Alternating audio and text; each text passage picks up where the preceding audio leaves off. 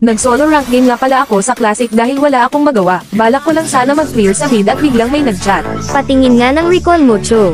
Kaya pinakita ko sa kanya, kinakabahan ako parang familiar kasi yung IGN ng Hayabusa.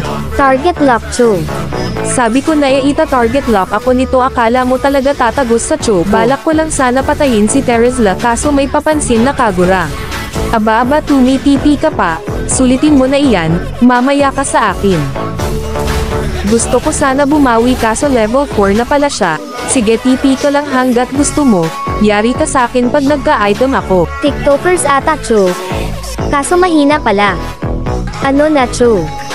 Medyo mayabang din tong Hayabusa na nakalaban ko no, akala mo talaga siya yung nakakakill sakin. Hindi pa rin siya tumitigil kahit wala naman akong reply sa mga chat niya dahil muted ako.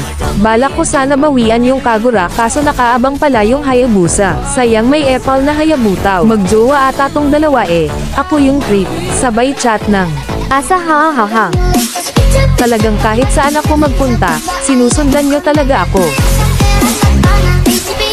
Kukunin ko lang sana tong crab, nakaabang na pala silang dalawa.